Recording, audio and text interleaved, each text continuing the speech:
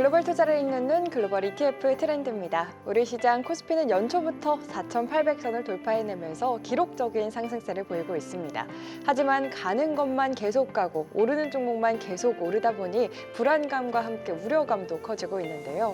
어떤 종목을 살지 고민하기에 앞서 지금 시장을 움직이는 에너지의 정체가 무엇인지 분석해 보도록 하겠습니다.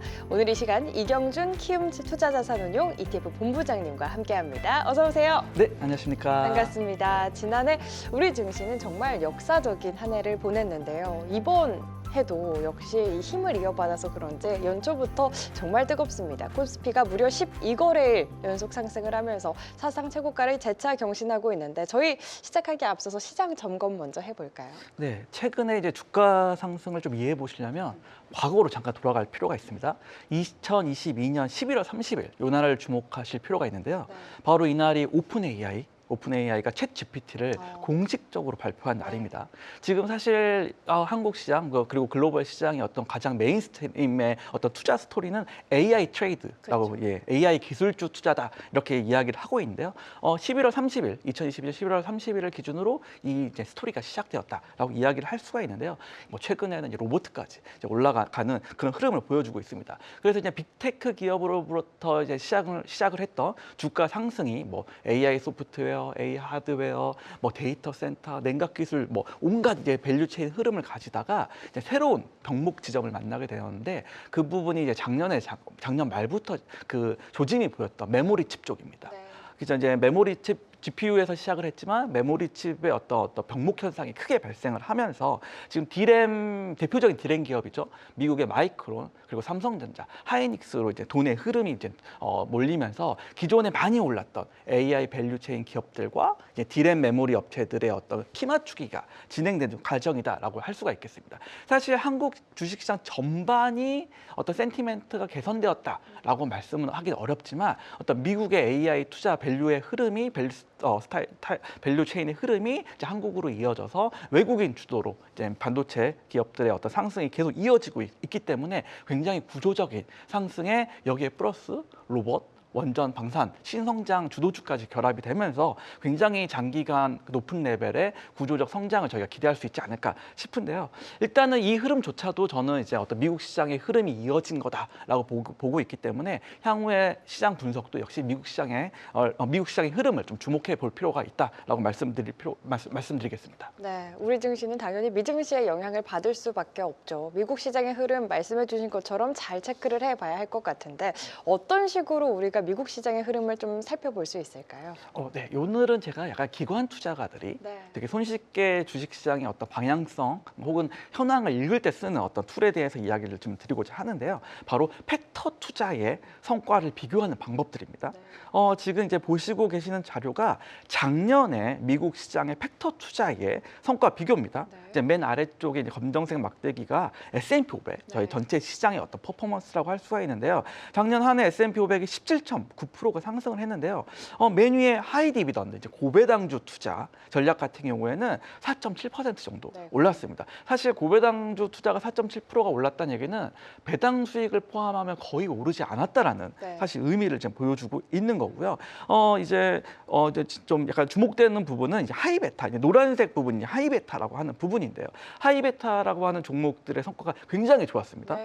네, 하이베타라는 종목들은 실적과 무관하게 이제 투자자들의 관심을 받는 핫한 종목들을 의미를 하는데요.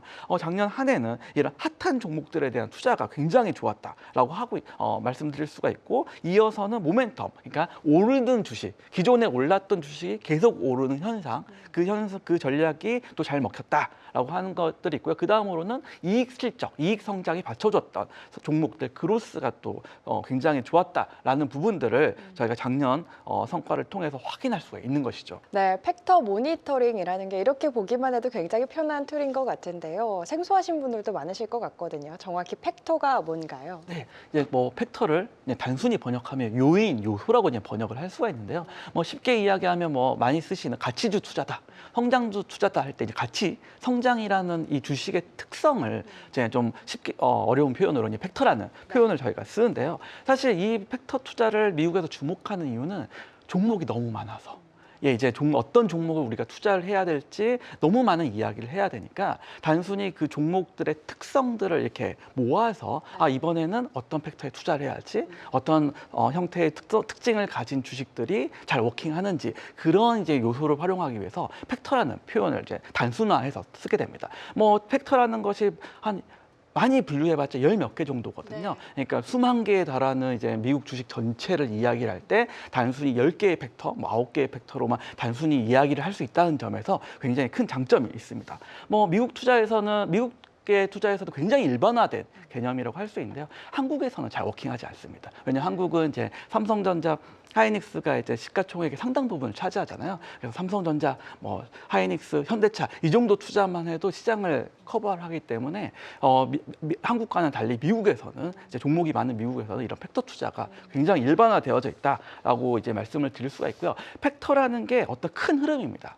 한번 이제 성장주가 움직이기 시작했다. 가치주가 움직이기 시작했다 라고 하면 그 흐름이 장기간 흘러가는 그런 특징들이 있기 때문에 어떤 종목을 정하는 것보다 이 큰 흐름, 요 특징을 잘 잡으면 굉장히 편안하게 투자를 할 수 있다라는 것이 이제 이 팩터 투자가 주목받는 이유다라고 이야기를 할 수가 있고요. 사실 이 팩터를 잘 결정을 하면 좋은 장점이 뭐냐면 뭐 요즘 투자자분들이 투자하는 방법 중에 S&P 500 지수 추종의 방법이 있고 또 종목을 고르는 이 두 가지 방법들이 있는데 팩터 투자는 이 중간에 있는 개념이라고 볼 수 있습니다. 좀 이제 시장 지수 추종 투자가 좀 재미없으신 분들, 혹은 종목 선정 투자가 너무 좀 어렵다고 느껴지시는 분들은 이 단순화된 팩터를 정해서 투자하는 이런 팩터 투자 방식이 굉장히 유용한 방식이다라고 할 수 있겠습니다. 네, 이해가 쏙쏙 되는 것 같습니다. 팩터라는 거는 그러니까 주식을 대표하는 특성으로 이해할 수 있을 것 같은데 투자를 할 때 우리가 이 팩터를 어떻게 좀 활용할 수 있을까요? 우선 아까 보여드렸듯이 이제 어떤 기간에 시장의 흐름을 파악할 때 정말 재미있는 이제 수단이다라고 말씀을 드릴 수가 있는데요. 뭐 간단한 예로 제가 가져온 자료 잠깐 보시면요, 연도별 팩터 성과의 비교 차트를 잠깐 보실 수가 있겠습니다. 뭐 이 차트만 당장 봐도 2022년에는 큰 하락장이 왔구나, 그때 어떤 종목들이 많이 빠졌구나라는 것도 충분히 볼 수가 있고요.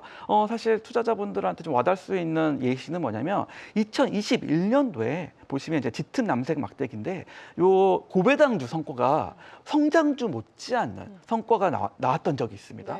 성과도 굉장히 좋았는데 2022년도 하락장을 맞이해서 전혀 이제 하락하지 않는 그런 모습도 보였습니다. 그러다 보니까 투자자분들이 이런 특징, 성장할 때 성과가 시장이 상승할 때도 성과가 좋았고 하락할 때도 방어가 좋았다는 이 고배당 팩터의 어떤 특징을 주목을 하셔서 2022년, 2030년에 한국에 이제 미국 고배당주 투자 붐이 일어났던 적이 있습니다. 근데 이제 2023년, 24년, 25년에 이제 배당주 팩터를 잠깐 보시면은 굉장히 저조했죠. 그러니까 2021년, 2022년의 모습만 보시고 투자하셨던 분들이 굉장히 좀 실망했었던 그런 모습들을 좀 보여주는 거고요. 2023년부터 있었던 어떤 강세장의 어떤 특징을 보시면 그로스, 모멘텀, 하이베타가 주도하는 어떤 그런 특징들을 좀 보여줄 수가 있는데 이런 쪽에 대한 투자에 대한 관심을 저희가 가져야 된다라는 부분도 저희가 확인할 수가 있었습니다. 또 뭐 마지막으로 좀 재미있는 포인트는 뭐냐면 모멘텀 팩터입니다. 모멘텀 팩터 같은 경우에는 하락장이었던 22년도에도 잘 막았고요. 2023년, 24년, 25년으로 연결되는 어떤 구간에서 상승장에서도 굉장히 좋은 성과를 보인 특징이 있었습니다. 그래서 이런 특징들을 저희가 이제 팩터의 투자 흐름을 보면서 좀 전망할 수도 있고요. 이런 흐름을 통해서 이제 2026년도에 올해의 또 모습을 또 구상하면서 포트폴리오를 짤 수가 있는데요. 아마 지금 앞서 말씀드린 것처럼 AI 투자의 흐름이 지금 2026년도로 좀 이어지기 때문에 확률적으로는 뭐 성장주라던가 모멘텀 벡터, 하이베타에 좀 적절한 비중으로 투자하는 게 어떻게 보면 합리적인 선택이다라고 이야기를 할 수가 있겠지만 리스크 관리 차원, 뭐 2022년도 같은 하락장이 왔을 때 방어해 줄 수 있는 수단으로서는 고배당주 투자가 굉장히 안전한 해지 수단으로서 저희가 지금 최근 고배당주 투자가 좀 너무 성과가 안 좋아서 투자자분들이 좀 안 보시는 경향이 있는데 고배당주 투자를 해지 차원에서도 좀 주목해 보실 필요가 있다라고 이제 생각할 수가 있고요. 근데 나는 정말 고배당주 투자가 싫어라고 생각하시는 분들은 모멘텀 팩터, 그러니까 하락장에서도 방어 효과가 있고 상승장에서도 잘 따라가는 그런 모멘텀 전략을 좀 더 주목해 보실 필요가 있지 않을까 싶습니다. 네, 시장의 흐름을 모니터링 할 때도 사용할 수 있을 것 같고 전망도 할 수 있을 것 같고 직접적으로 투자에 도움받을 수 있는 부분이 많은 것 같은데 그렇다면 지금 방송을 보시는 우리 시청자분들은 이 팩터를 좀 어떻게 투자로 활용을 할 수 있을까요? 네, 이제 미국에서는 굉장히 일반화되어져 있는데 팩터와 ETF가 연결되어져 있는 네. 그런 상품들이 많습니다. 뭐 스마트 베타 ETF라고도 하는데요. 네. 뭐 제가 이제 몇 개 뽑아왔습니다. 성장 팩터로 유명한 것들 이제 ETF들 뽑아왔는데 뭐 티커로 말씀을 드리면 뭐 SCHG, VUG, 네. SPYG 같은 이제 미국의 대표 ETF들이 이제 성장주를 대표하는 그런 ETF들이고요. 미국의 SPMO라고 하는 것이 모멘텀을 대표하는 ETF고요. 뭐 투자자분들 너무 잘 아시는 SCHD 같은 ETF가 바로 고배당을 이제 연결된 그런 ETF라고 할 수가 있습니다. 하이베타 좀 익숙하지 않으실 수가 있는데요. SPHB라고 하는 하이베타 ETF도 있고요. SMH 뭐 아마 반도체 대표 ETF인데 반도체 대표 ETF도 일종의 하이베타성 성격을 가지고 있다. 네. 이렇게도 얘기를 할 수가 있겠습니다. 국내 쪽 잠깐 보시면요. 국내도 역시 뭐 플러스 미국 S&P 500 성장 ETF가 아마 대표적인 성장주 ETF다라고 이야기할 수가 있고요. 키움 미국 S&P 500 모멘텀이 아마 최근에 상장되어 ETF인데 모멘텀을 대표하는 상품이다라고 이야기를 할 수 있겠습니다. 고배당 뭐 ETF는 뭐 투자자분들 너무 잘 아시는 뭐 타이거 미국 배당 다우존스 이런 ETF들이 있고요. 재미있게도 한국에 지금 인기를 끌고 있는 이제 기술 테마주들이 있습니다. 뭐 SMR, 뭐 우주 항공 이런 ETF들 대부분이 이제 하이베타에 속한다 이렇게 이해를 하시면 좋을 것 같습니다.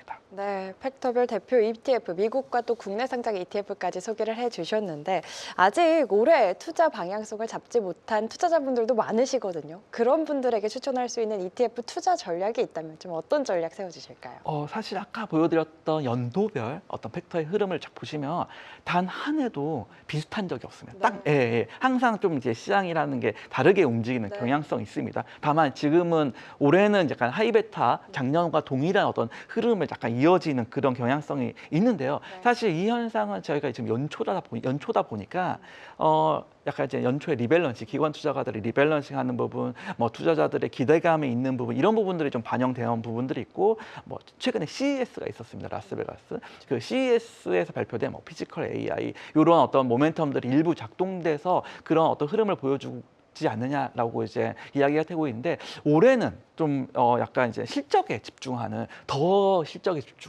그런 시기가 될 것 같은데 지금 AI 테마 때문에 많이 이제 주가가 올라와 있는 상황이거든요. 그러다 보니까 시장의 어떤 실적을 바라보는 투자자들의 어떤 눈높이가 굉장히 높을 거라고 저는 생각을 합니다. 그래서 작년 4분기죠. 연말 그 실적을 발표하는 1월 1분기까지는 좋은 흐름이 있지 않을까라고 생각을 하는데 3월부터는 굉장히 실적에 집중하는 그런 흐름이 나타날 거다라고 생각을 하고 있습니다.